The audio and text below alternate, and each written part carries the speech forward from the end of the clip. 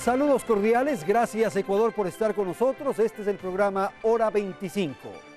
Estamos a 14 días de las elecciones nacionales.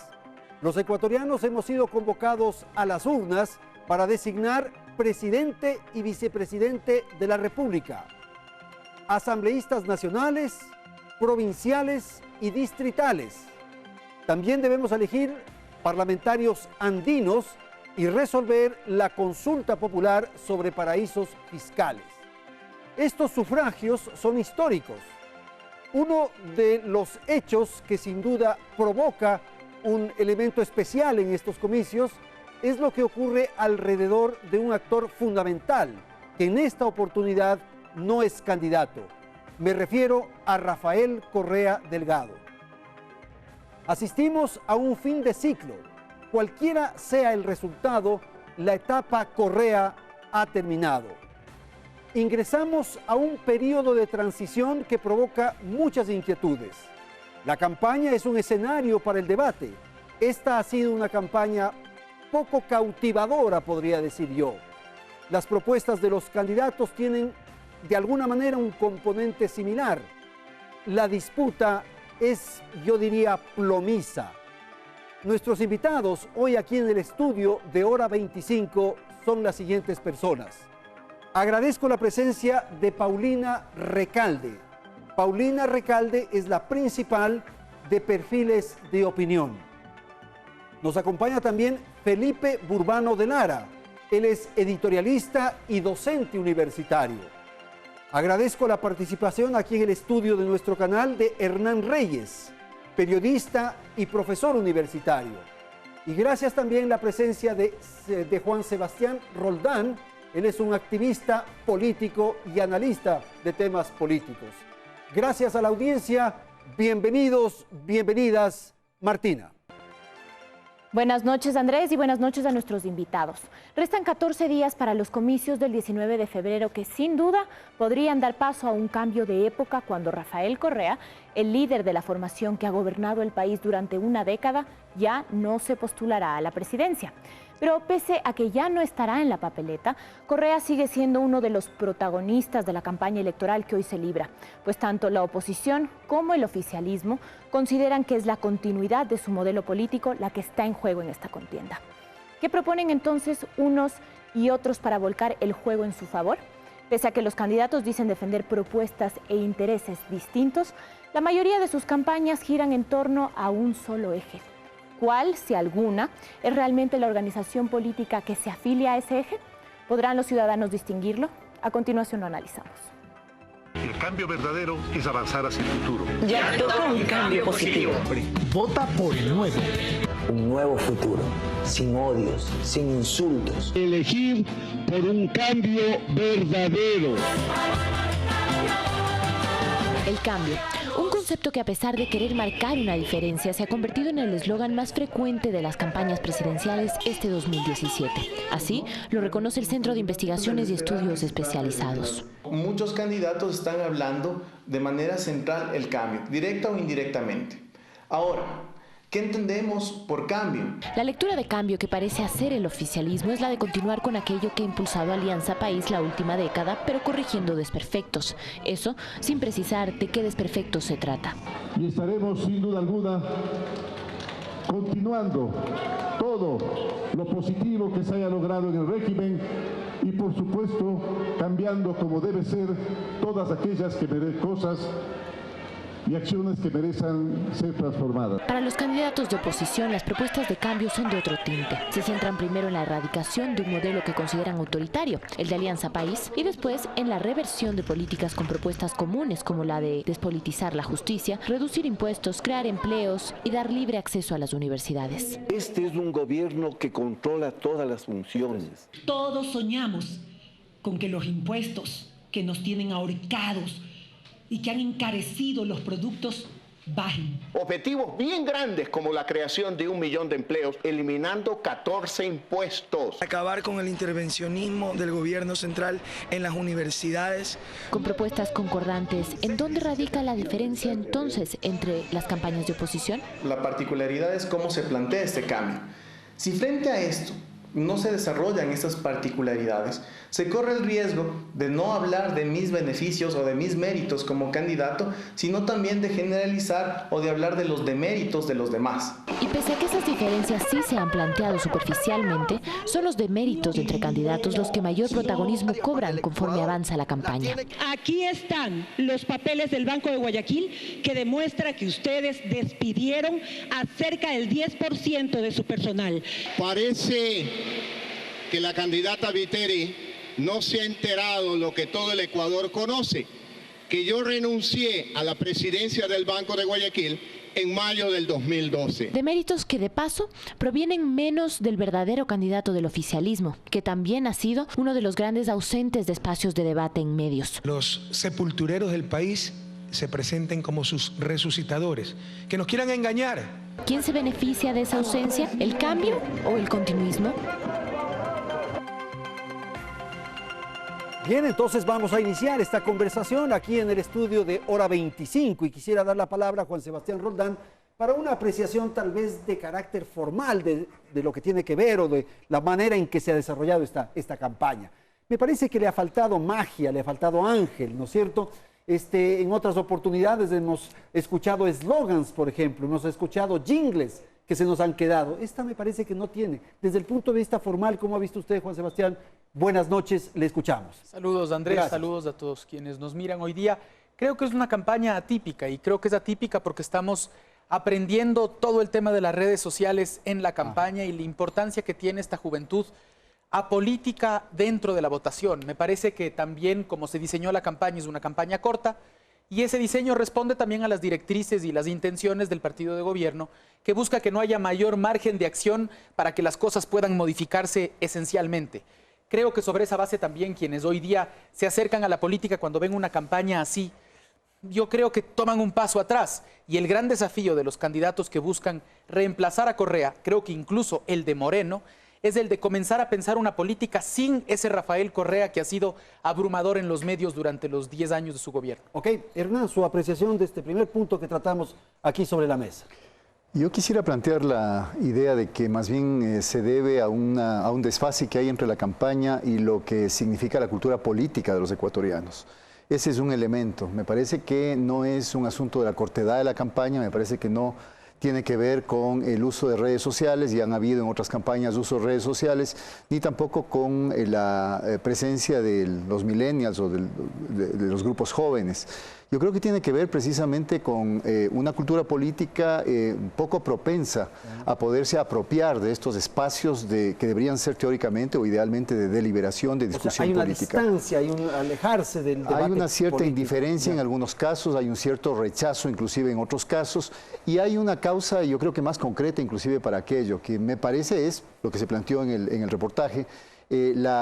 Por primera vez en 10 años va a haber la ausencia de un político que ha pesado muchísimo en el país estos 10 años, con un estilo comunicacional muy fuerte, que es Rafael Correa Delgado. Paulina, su apreciación, por favor. Buenas noches. Buenas noches a todos. Sí, gracias.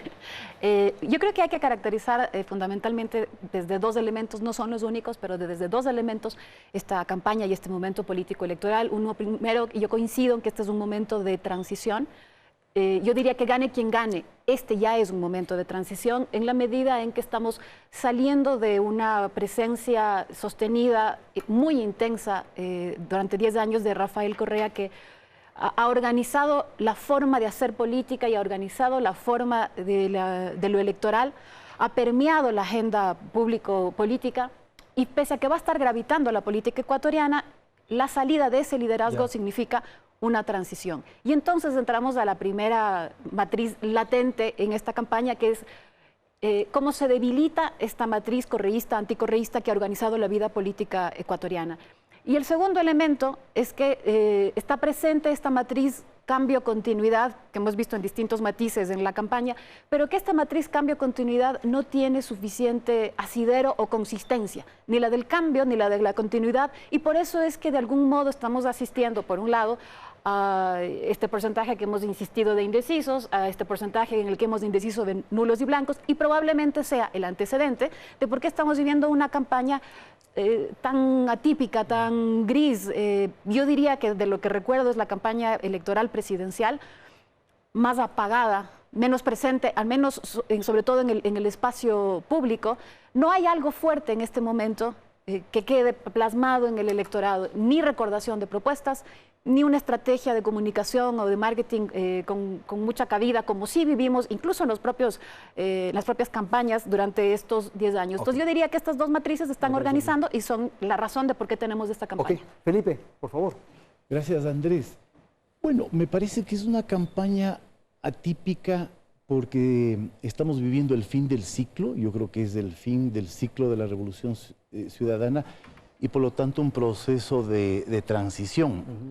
En múltiples niveles, es transición de régimen político, transición de modelo económico, transición de la estructura de liderazgo político en el Ecuador y este retiro de la escena política de Correa y la necesidad de reemplazar, pero ¿con quién reemplazar un liderazgo que ha sido tan potente? Entonces es un fin de ciclo. Me parece que también estamos viendo la debilidad de las organizaciones políticas, ¿no? Organizaciones políticas muy golpeadas durante estos últimos 10 años, con estructuras débiles, con propuestas débiles y por lo tanto también con dificultades por imaginar alternativas a este largo proceso que ha sido el de la Revolución Ciudadana. Felipe, algo que dijo Hernán me parece interesante y va un poco en esta línea de pensamiento de la cultura política. Es probable que se generó en el transcurso de estos 10 años un liderazgo tan potente, tan extraordinario como un árbol frondoso que no permite el surgimiento de otras plantas bajo su follaje. Entonces, esa cultura se fue construyendo y ahora hay un distanciamiento de las decisiones políticas. Es el reverso de un momento político marcado por una personalidad tan fuerte como la de Rafael Correa. Entonces, el fin de un momento caudillista de la política ecuatoriana.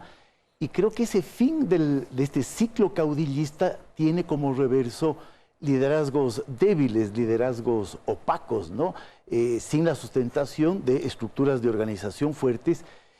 Y también yo diría que el otro elemento de esta transición es la crisis y la dificultad de imaginar salidas a la crisis que está viviendo el Ecuador. Y eso, desde mi punto de vista, hace más complejo lo que decía Paulina, este escenario de continuidad o cambio, ¿no? Es decir, hacia dónde cambiamos, qué vamos a cambiar, pero al mismo tiempo, ¿qué se puede mantener de este modelo político que ha funcionado durante 10 años y algún tipo de legado tiene que dejar? Okay. Hernán, por favor, sobre esto que hemos escuchado. Bueno, yo no sé si es el fin de ciclo de Rafael Correa Delgado, el fin de ciclo de la Revolución Ciudadana. Estoy seguro que es la salida como candidato de Rafael Correa. No estoy tan seguro que sea el fin de ciclo de la Revolución Ciudadana. Y yo no tampoco creo que sea estos 10 años el mejor exponente del caudillismo que se va a terminar. Me parece más bien que parte de la debilidad de las organizaciones políticas que menciona Felipe tienen que ver con la persistencia de esas viejas prácticas en los partidos políticos. Si uno analiza quiénes son los candidatos en esos partidos políticos, con un par de excepciones, están siguiendo un patrón similar de caudillismo, solamente que en relación con sus respectivas tiendas políticas. Juan Sebastián, este tema. Creo que parte de lo que sucede hoy, al contrario de lo que decía Hernán hace un momento, es que la diferencia es que ya no tenemos gente que va a militar en las plazas, ya no hay banderas, la gente no sale con su bandera al mitin político. Hoy la gente milita desde el teléfono, desde la computadora, en un solo evento. El evento más importante que ha tenido un candidato hoy en esta campaña es un Facebook Live con 150,000 personas viéndote. Ya no es el evento que vemos la gente tomando las palabras del candidato y tomando una decisión. Nadie que va a un mitin va a tomar una decisión. ¿Las redes sociales han desmovilizado a la población? Y yo creo que ahí está la gran discusión. Es decir, ¿dónde está el elector que tiene que tomar la decisión en estas próximas 2 semanas?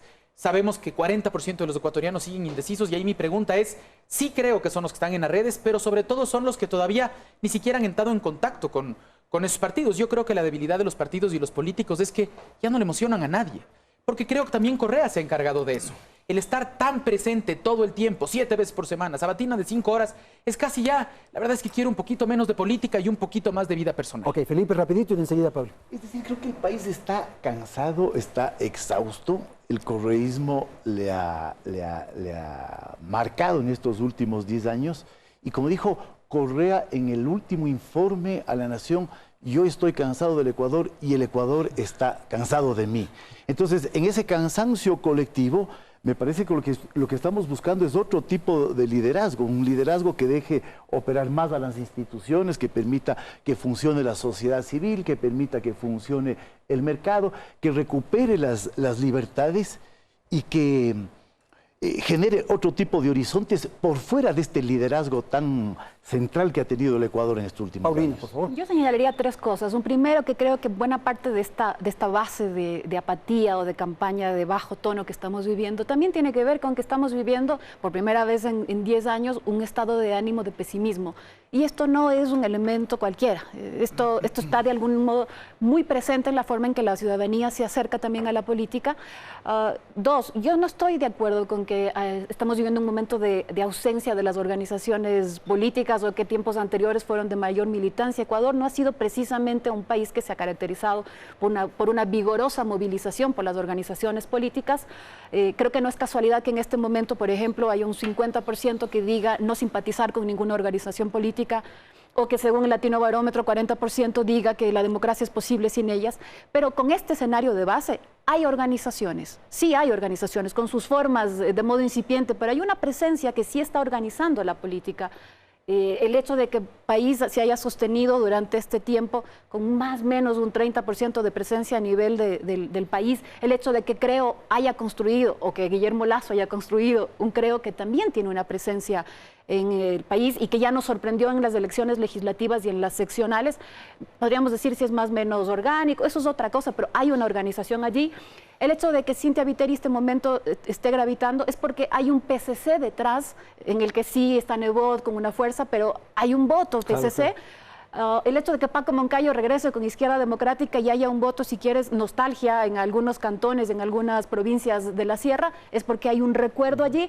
E incluso yo diría que lo de Dalo Bucaram con Fuerza Ecuador tiene que ver con que hay un rezago del partido roldosista ecuatoriano. ¿Una recuperación de los partidos, Juan Sebastián? Yo creo que lo de Dalo es buscar en la última parte de su campaña acercarse a su padre, ¿no? La nueva fuerza del cambio, es que no es la camiseta. Dalo, no es Dalo, lo que acaba de decir. Es que a lo que voy es, yo creo que el PRE como gran partido, la Izquierda Democrática como gran partido, el PSC como gran partido, se discute en foros como los nuestros. Creo que la gente en la vida diaria no tiene en su cabeza a Creo, sino, como decía Paulina, a Guillermo Lasso.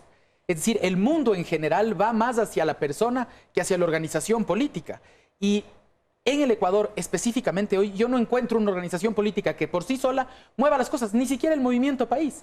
Tanto es así que se ve en la misma campaña de Moreno, que a ratos es país, a ratos ya no es tan país. Me imagino que responde a la relación de él con Correa, pero como organizaciones políticas en sí mismas, no creo que haya una que mueva las cosas. Hernán, por favor. Bueno, a eso me refería cuando yo hablaba de cultura política. Creo que Juan Sebastián lo ha planteado con bastante claridad.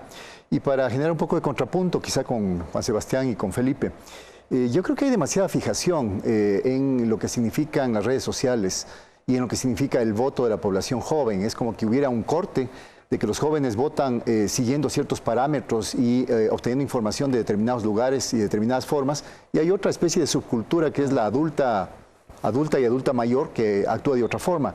Me parece que no, hay estudios en varios lugares. En Bolivia hay bastante estudios en las elecciones de 2014 que demuestran que las redes sociales tienen una incidencia, pero no la incidencia que quieren algunos mostrar. Y otra cosa, a mí lo que me parece es que hay una actitud en la cultura política de pensar que en las redes sociales se escenifica el debate y la deliberación, lo cual para mí es falso. Respecto al tema del cansancio del país con Correa y de Correa con el país, yo creo que más bien las declaraciones del presidente Correa deben ser entendidas en el término de su personalidad. Es como un ganador en el casino que ha ganado 10 veces seguidas y dice, ya estoy cansado de ganar. Y lo dicen ya está empalagado. Estoy empalagado de ganar. Así que yo no creo que, conociendo al presidente Correa, haya dicho... Felipe, contigo terminamos.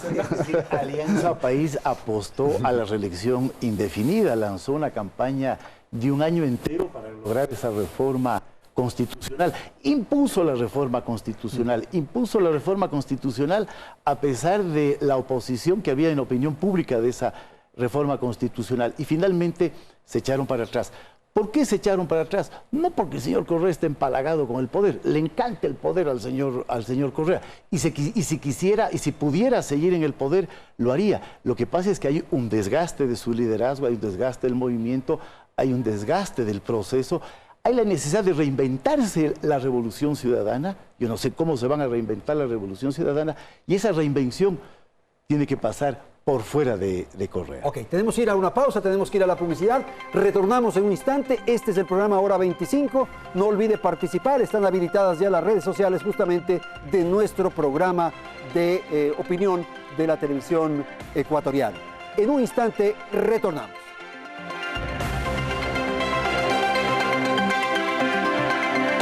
Sigue Hora 25 y revisa nuestros contenidos adicionales en www.teleamazonas.com/hora25es o en nuestro Twitter, @hora25es. Encuéntranos en Facebook como Hora 25 Ecuador Oficial.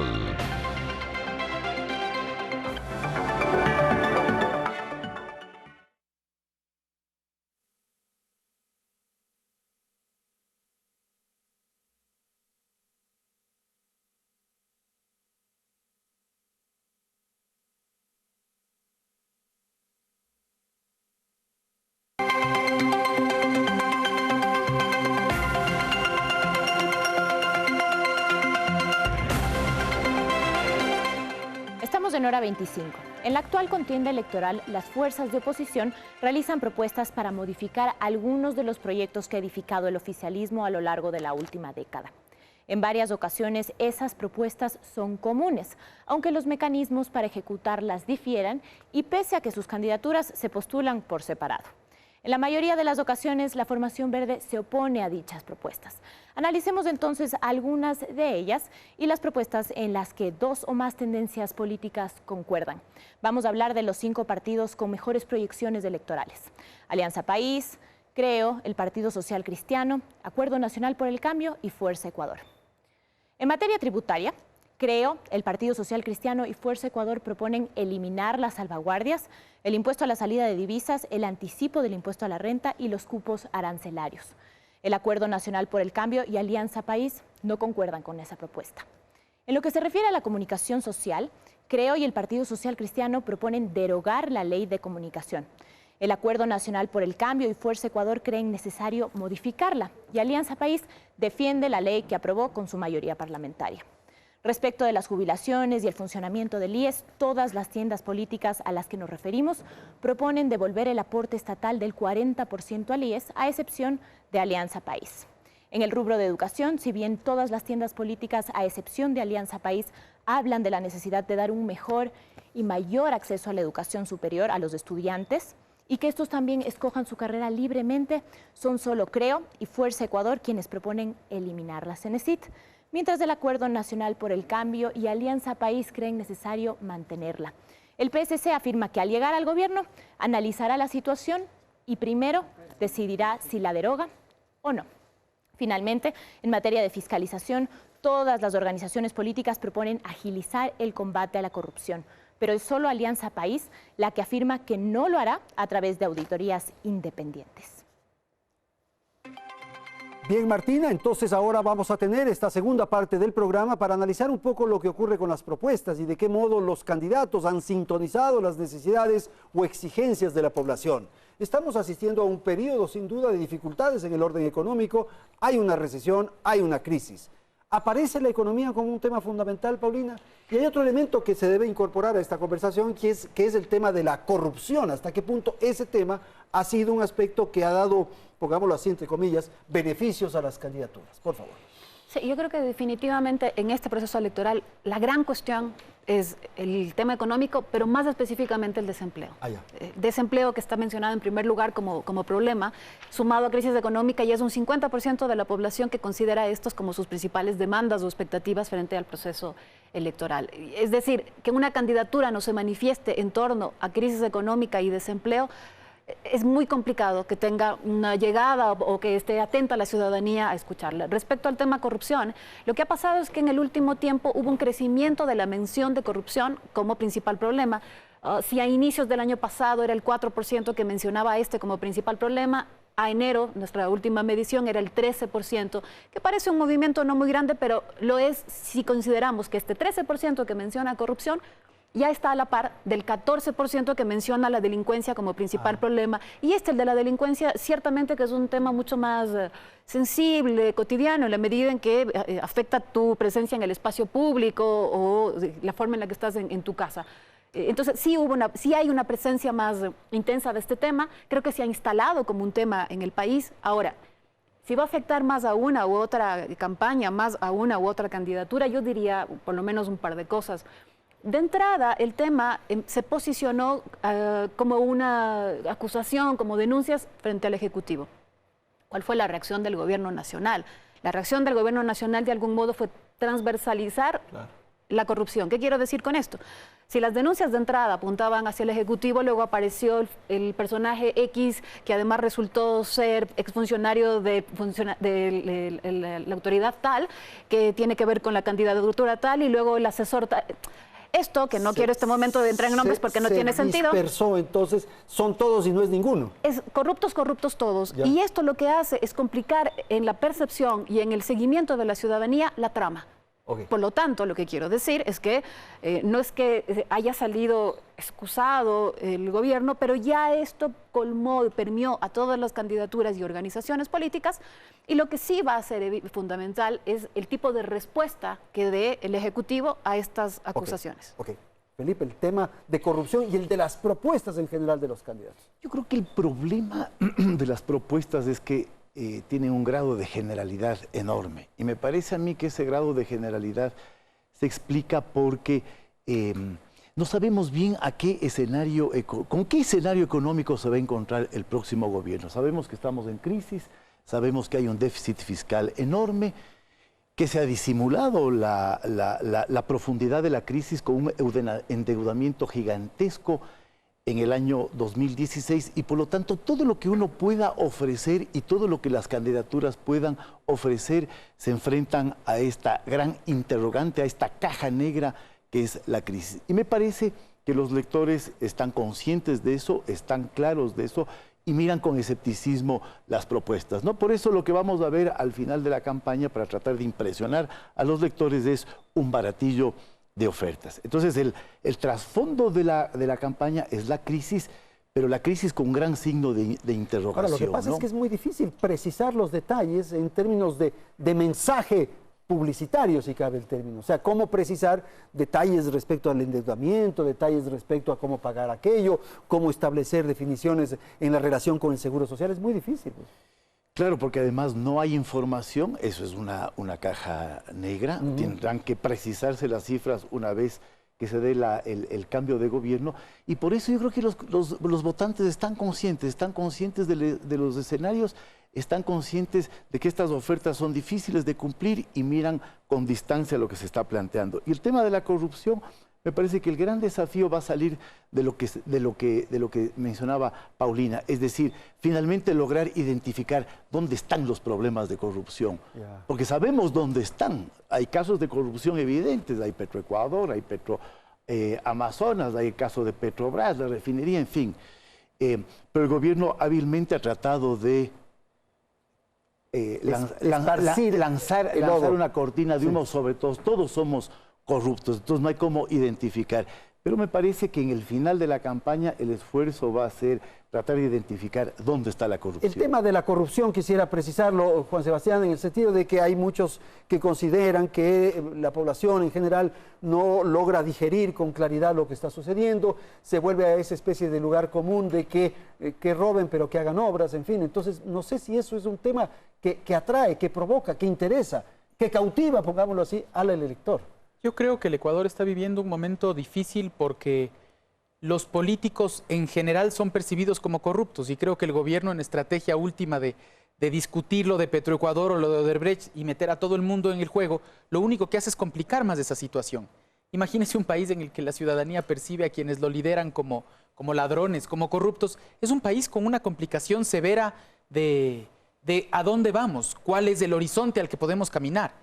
Sin embargo, yo sigo creyendo que esa discusión sobre corrupción, si es que no nos muestra dinero en los techos, o el exfuncionario kirchnerista tirando los bolsos de dinero dentro de un convento, si no es algo tan específico y tan claro y tan visual, le importa a poca gente. Creo que a la mayoría de los ecuatorianos lo que les importa es vivir un poco mejor. Y como han sentido el embate de la crisis, en mayor medida o en menor medida, con respecto al desempleo, con respecto a lo que se percibe como subida de precios, ellos lo que están buscando es quién les da un poquito mejor de camino para estar mejor. Y creo personalmente que la oposición todavía no ha logrado arrebatarle eso al correísmo. El correísmo todavía juega con haberles entregado 8 o 10 años de bienestar económico y a partir de eso el cambio de Moreno, por ejemplo, es el cambio de cambiamos, pero solo lo que hay que mejorar. Y ya están las obras, y ya esto es lo que hicimos, ya lo está el dinero que les dejamos en el camino. Entonces, lamentablemente un tema tan importante como la corrupción se vuelve la generalización de los políticos y un tema tan importante como la mejoría de vida de la gente todavía no encuentra una alternativa real. Hernán, por favor. Bueno, creo que, como ya se lo ha dicho acá, el discurso de los candidatos fluctúa entre puras generalidades, donde se disuelve realmente la posibilidad de llegar al electorado, y un baratillo de ofertas, de cosas muy puntuales que tampoco le permiten al electorado tener una motivación fuerte para tomar una decisión. Y en el fondo, lo que creo que se está suscitando en la campaña, o se ha suscitado hasta ahora, es que no existe, a diferencia de lo que sí existió en el 2006, un mensaje fuerte, un leitmotiv que le empuje a los electores a decir, este candidato se diferencia de todos los demás por esta situación. Por eso, en el reportaje se planteó la idea de cambio. Todos los candidatos están manejando la idea de cambio, perdón la expresión, se berreó la idea de cambio entre todos los candidatos. Y creo que esa idea ya no basta. Me parece que... ¿El cambio más qué? ¿Qué un poco? Claro, hay adjetivos, ¿no? El cambio positivo, el cambio con preservando lo anterior, el cambio... Pero en realidad la gente ya no cree en esa palabra. ¿Por qué?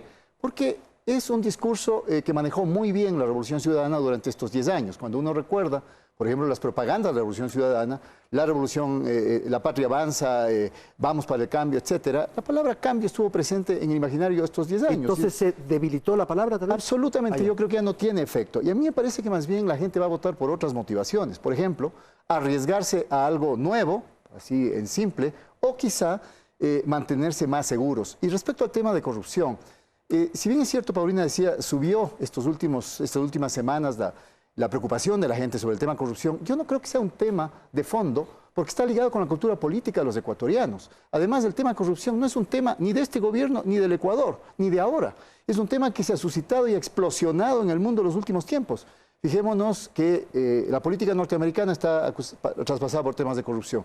En América Latina, Brasil, Argentina, Venezuela, Colombia, en todo lado, todos los momentos existen denuncias sobre corrupción. Entonces me parece que la ética precisamente no es un tema que conduzca a un votante a decir yo voy a votar por este que me parece ético, me parece correcto, ya no es, sino a una proporción minoritaria de gente. Es lamentable, por eso digo, la pobreza de la cultura política en el Ecuador es lamentable. Y tampoco creo que sea el resultado de los 10 años de Revolución Ciudadana, ni porque hay una figura fuerte y potente que ha gobernado, sino porque las estructuras mismas del quehacer político ecuatoriano, que vienen de mucho más atrás, han llevado al destino que vemos ahora. No, me parece muy complicado el discurso del Hernán, es decir...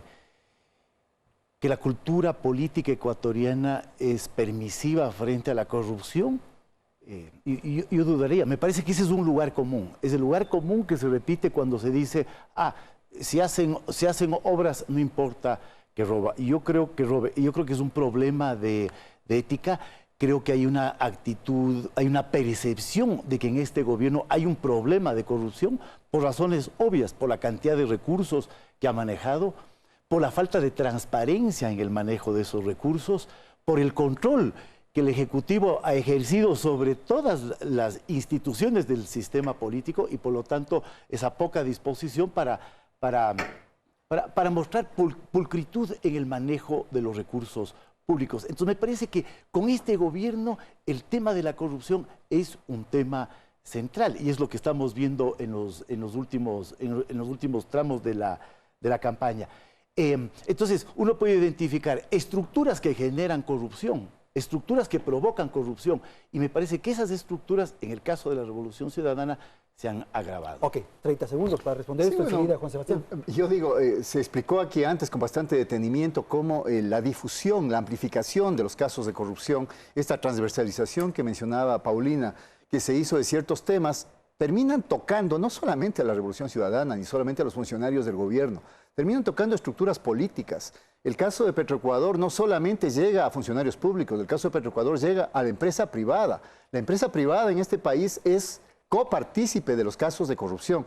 Y desde ese punto de vista, yo no estoy diciendo de ninguna manera que ideal o normativamente no se deba hacer un juzgamiento ético a un político. Yo lo que estoy refiriéndome en términos realistas es a cómo creo que se caracteriza la cultura política de los ecuatorianos. Y me parece que la corrupción no es precisamente una de las variables que va a incidir mucho en el voto. Ok, Juan Sebastián y enseguida Paulina. Yo tengo una discrepancia con poner cultura política y una etiqueta de la corrupción frente a los ecuatorianos. Es decir, creo que es una generalización que complica la situación. Discrepo con Hernán también cuando dice todo el mundo ha tenido corrupción, no es el momento más importante, más bien creo que es un buen momento para la gente decente. La FIFA parecía intocable, están presos. Lo de Odebrecht parecía el imperio más importante, el empresario más importante de Brasil, preso. Lula, que parecía el político más impoluto, hoy día está temblando porque pueden haber temas de corrupción alrededor suyo. Y en el Ecuador, muchos políticos que se llevaron la plata de las arcas del Estado, de los ciudadanos comunes y corrientes, hoy día deben estar durmiendo mal. Porque va a salir la vista de Odebrecht, porque salió lo de Petroecuador, porque siguen saliendo más temas. Entonces creo que el decir de entrada que la cultura política marca el camino del tema es grave. Yo más bien creo que hoy es un buen momento para la gente decente y creo que es un buen momento para que la política lo saque a la luz. Es decir, hay políticos que han sido decentes y hay otros que tienen que temblar e irse presos. Y sobre esa base creo que los ecuatorianos, nuestra obligación en el campo del análisis, de la actividad política, de la vida diaria, es también diferenciar. Es decir, yo sí creo que hay que discutir qué empresarios privados estuvieron involucrados con el tema de Petroecuador. Eso no significa que los empresarios privados sean corruptos, pero yo sí creo que ahí pesa más el funcionario público que cayó en el tema de corrupción, porque ese es el que fue delegado por el gobierno y el que tenía una obligación cívica con el servicio. Es decir, no es lo mismo, yo creo, no es lo mismo que el funcionario público se lave las manos y diga, hay empresarios privados, claro, métales presos. No discutamos quiénes son, cójales a esos empresarios privados y métales a la cárcel. Lo mismo con los funcionarios públicos, pero que no se nos vayan por las fronteras como se nos han ido unos y otros durante más de 6 meses. Paulina. Yo creo que tiene dos vías de volverse esto un tema de mayor velocidad y de mayor intensidad. Uno es el hecho, de la posibilidad de que, por ejemplo, el gobierno central no reaccione frente a las denuncias y se vea que no ejecuta, no fiscaliza, no abre procesos judiciales. Ese podría ser un tema muy complicado para el gobierno, el no hacer, el simplemente mirar y el no hacer.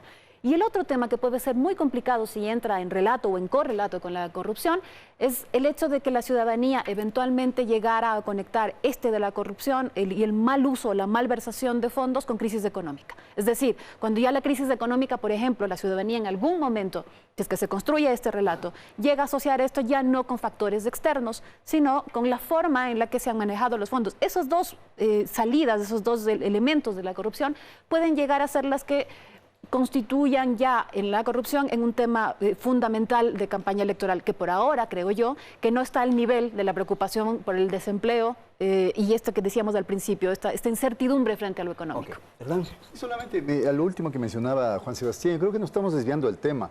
Nadie está planteando aquí que se justifique la corrupción, en absoluto. Lo que estoy diciendo yo es que desde mi punto de vista la cultura política ecuatoriana es una cultura bastante impermeable a temas de corrupción.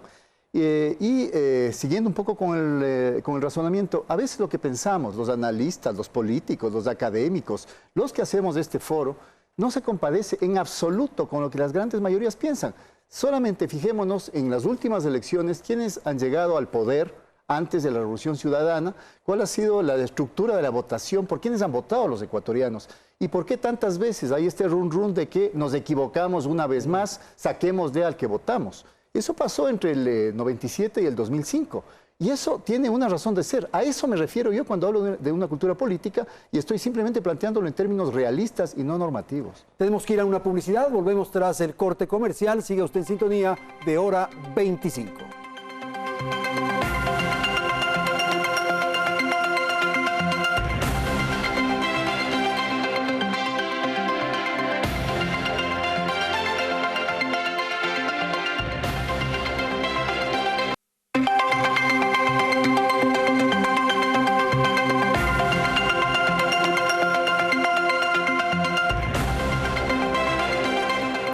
Retomamos Hora 25.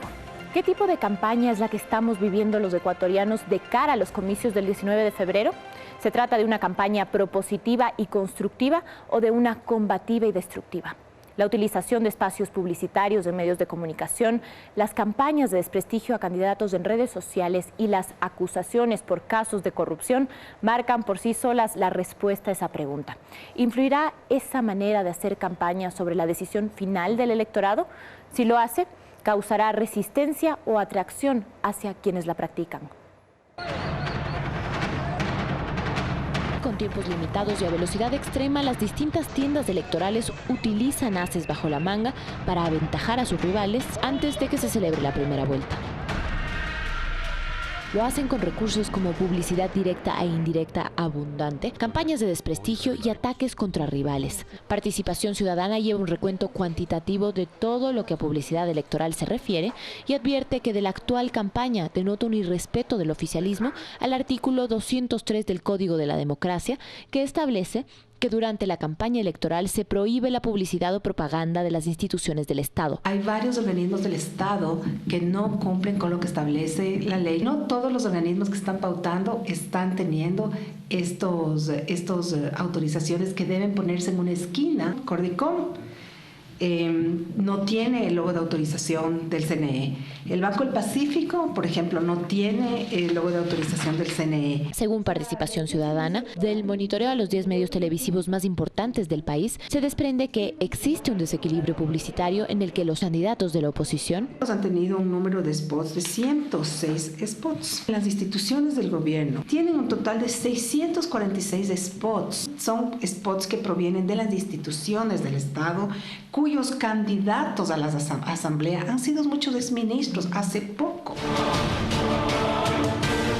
Pero al aparente desequilibrio publicitario cuantitativo se suman elementos cualitativos como las campañas de desprestigio.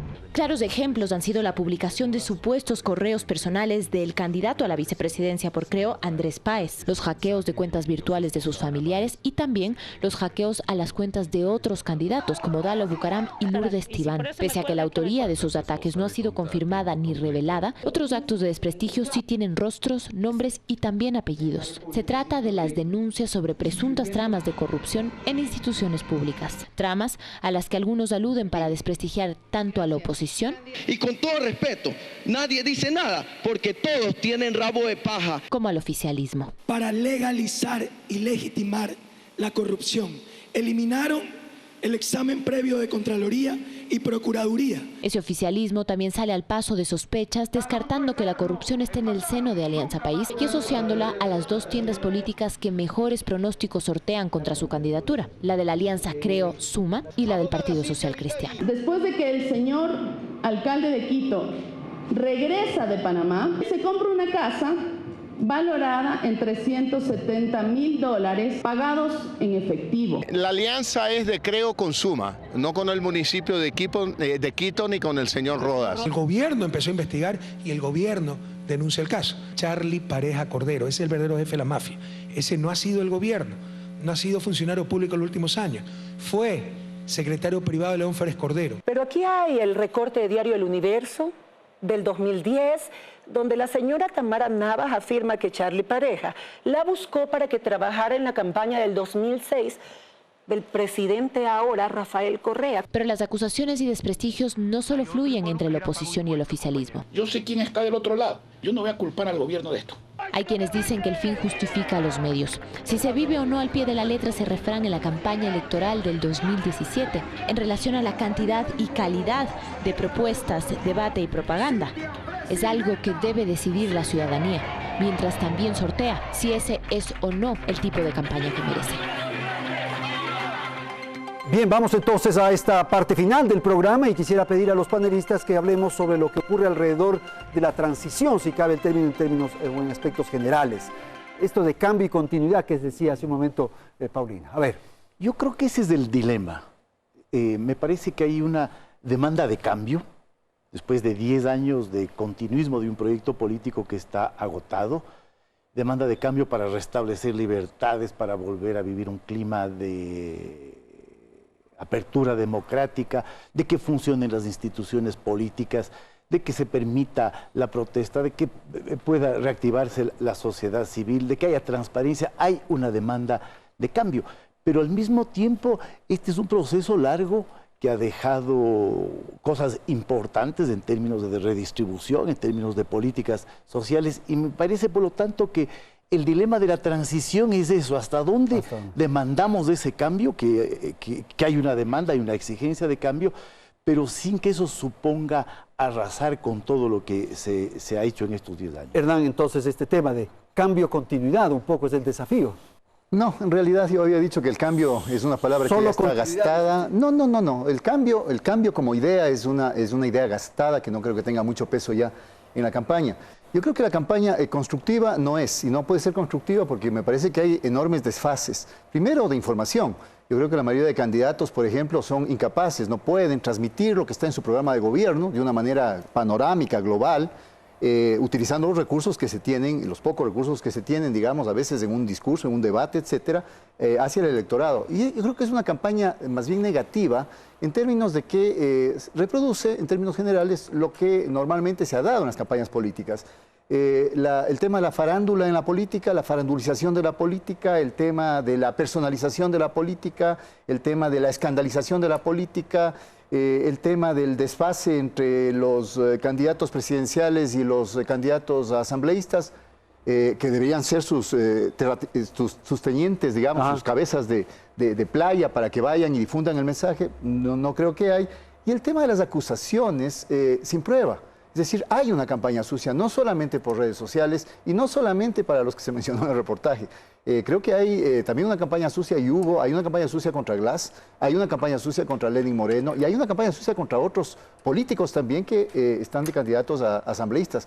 Entonces, creo que todos estos elementos hacen que haya más peso en lo destructivo de la campaña, lo poco edificante, llamémosle así, y lo positivo, lo positivo, exacto. Propositivo. Por favor, Juan Sebastián. Yo creo que hay que diferenciar campaña sucia con sacar los trapos al sol. Y creo que si es que sacar los trapos al sol significa que se develen casos de corrupción, no es campaña sucia. Es decir, que salga la lista de Odebrecht no es campaña sucia, es necesario, es natural. Pero me quiero centrar en otra parte de la transición, y es si es o no el fin de Correa. Y yo creo que no necesariamente es el fin de Correa.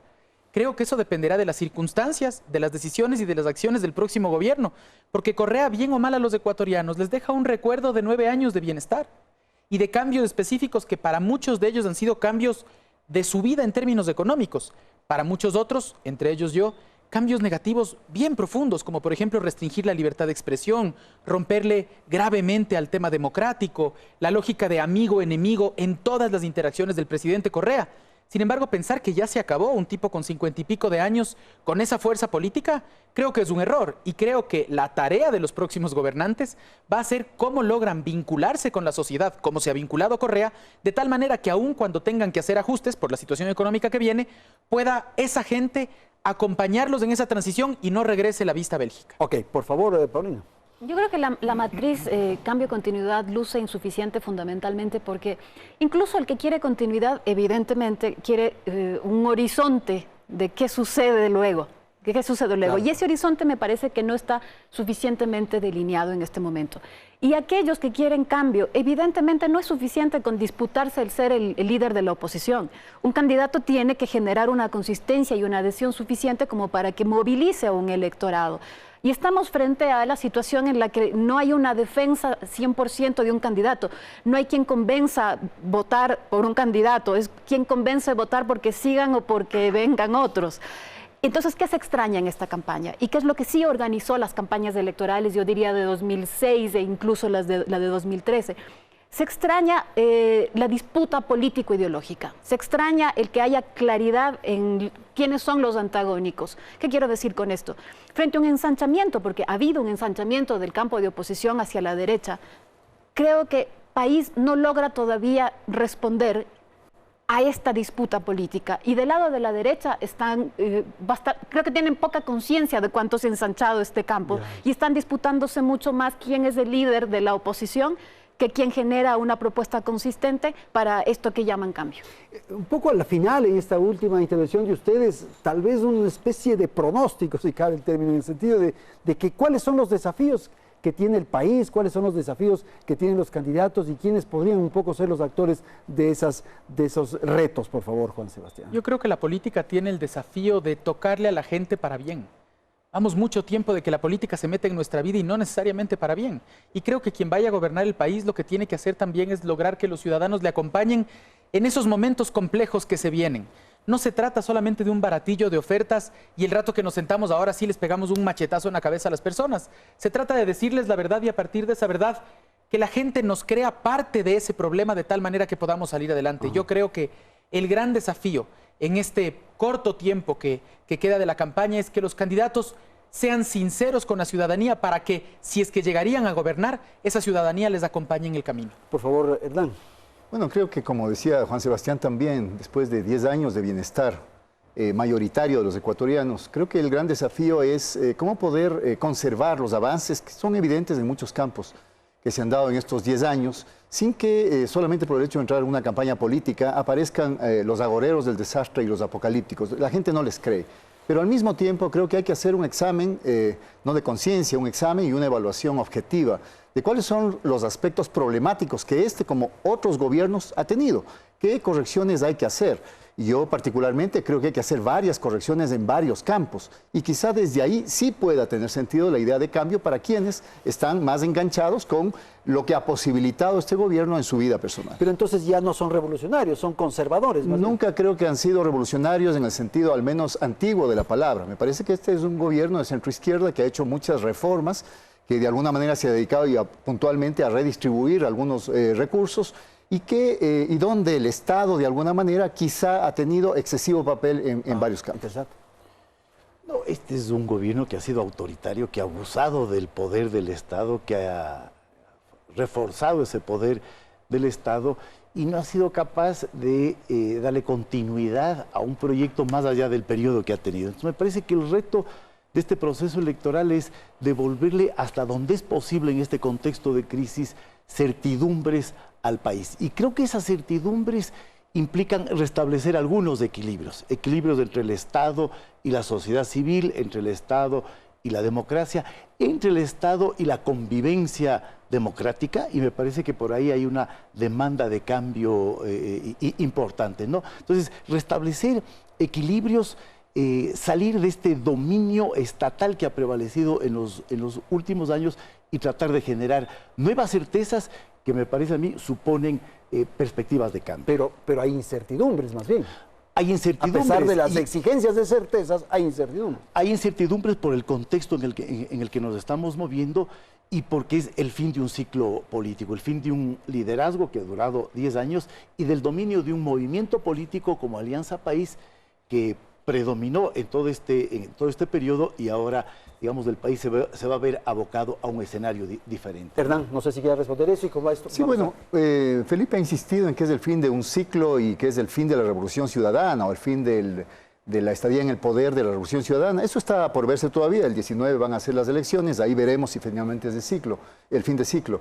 Y la otra cosa, no me parece que se deba enfatizar tanto, porque ya podría parecer inclusive un posicionamiento ideológico claro a favor de algunas propuestas, en el tema de menos Estado, más mercado, o el famoso tema de las libertades. Cuando uno analiza los discursos políticos de los candidatos de la derecha, encuentra precisamente esas palabras repetidas un sinnúmero de veces y de todas las maneras posibles. El problema para mí es que cuánto efecto, cuánto impacto van a tener esas palabras en la gente que efectivamente se ha enganchado a un modelo que finalmente, salvo quizá ciertas turbulencias que se han dado desde el 2015 y el 2016, ha elevado su nivel de vida. Paulina. Sí, yo insisto en la idea inicial. Sí, estamos viviendo un momento de transición por esto que decía, por la salida, no sabemos si permanente o momentánea, de quien de algún modo ha permeado la forma de organizar el discurso político, me refiero a Rafael Correa. Pero yo creo que hay que tener fundamentalmente conciencia, y esto a nadie le cabe duda, de que el que viene es un periodo de situación económica complicada y en esa medida va a haber sí o sí un ajuste y nada más político que eso. Lo que está en cuestión entonces es con qué velocidad, con qué profundidad, con qué elementos se da este ajuste. Es decir, ¿qué hay detrás de proponer eliminar impuestos? ¿Qué hay detrás de querer fortalecer o debilitar el Estado? Y eso es lo que tiene que estar claro para el ciudadano y eso es lo que deberíamos demandar que esté claro para los candidatos de cuál es el tipo de ajuste que van a generar. Ok. 10 segundos, Juan Sebastián, con usted terminamos. Creo que hoy el desafío es que los ecuatorianos se acerquen a la política ya no desde la oferta específica de subir, bajar empleos, sino de que entiendan que quien va a liderar este país tiene que llevar adelante al Ecuador en una situación compleja y el político tiene que entender que la responsabilidad suya es responderle a la historia y al ciudadano de a pie que necesita hoy de un apoyo real de la política. Gracias a Paulina Recalde, Felipe Burbano de Lara, Hernán Reyes, Juan Sebastián Roldán. Muchísimas gracias por haber asistido a esta transmisión del programa Hora 25. Felicidades. Hasta la próxima semana que tendremos una nueva emisión de este programa. Gracias. Felicidades.